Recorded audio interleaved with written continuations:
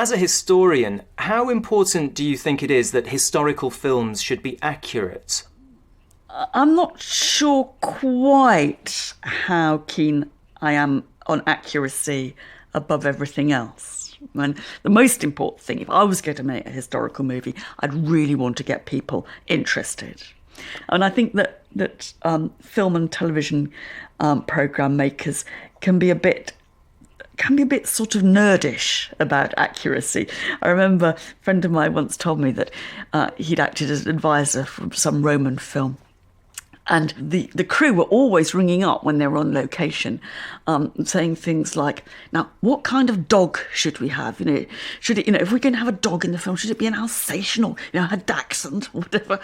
And, to start with, he said he'd go to the library and he'd kind of look up and he'd find a breed. And eventually, after question, he'd think, look, these guys are getting the whole of Roman history in the big picture utterly wrong, and yet there they are worrying about the damn dogs. Can you think of any historical films that you've really enjoyed? I absolutely loved Gladiator. Never mind its horribly schmaltzy plot.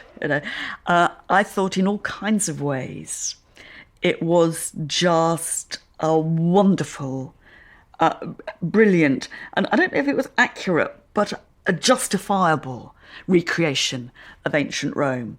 The beginning scenes of Gladiator, which show, Roman combat,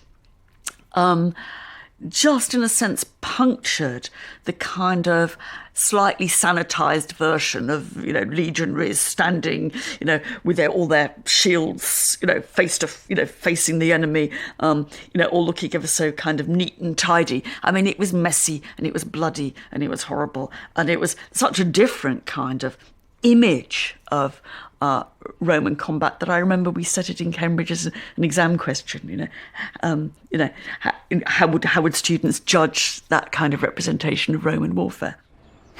It's very interesting that there seem to be more and more historical films recently, and many have won Oscars. Is that because history has all the best stories?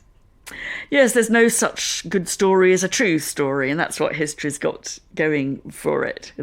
Actually, non-fiction in a kind of way is always a better yarn than fiction is, and I think it's I feel very pleased because, and I think for one thing, it gets some of the best stories from history into the popular. Into popular attention, popular consciousness. But I think also, it shows that you don't always have to be deadly serious about history. History, like classics, is often treated as something which is good for you, but isn't actually going to be much fun. You'll be improved by knowing about it, but it probably will be a bit tedious in the process. And I think that, showing that history can be larky, it can be funny, it can be surprising, it can be something that you can sit down and have a good 2.5 hours at the cinema enjoying, is really all to the good.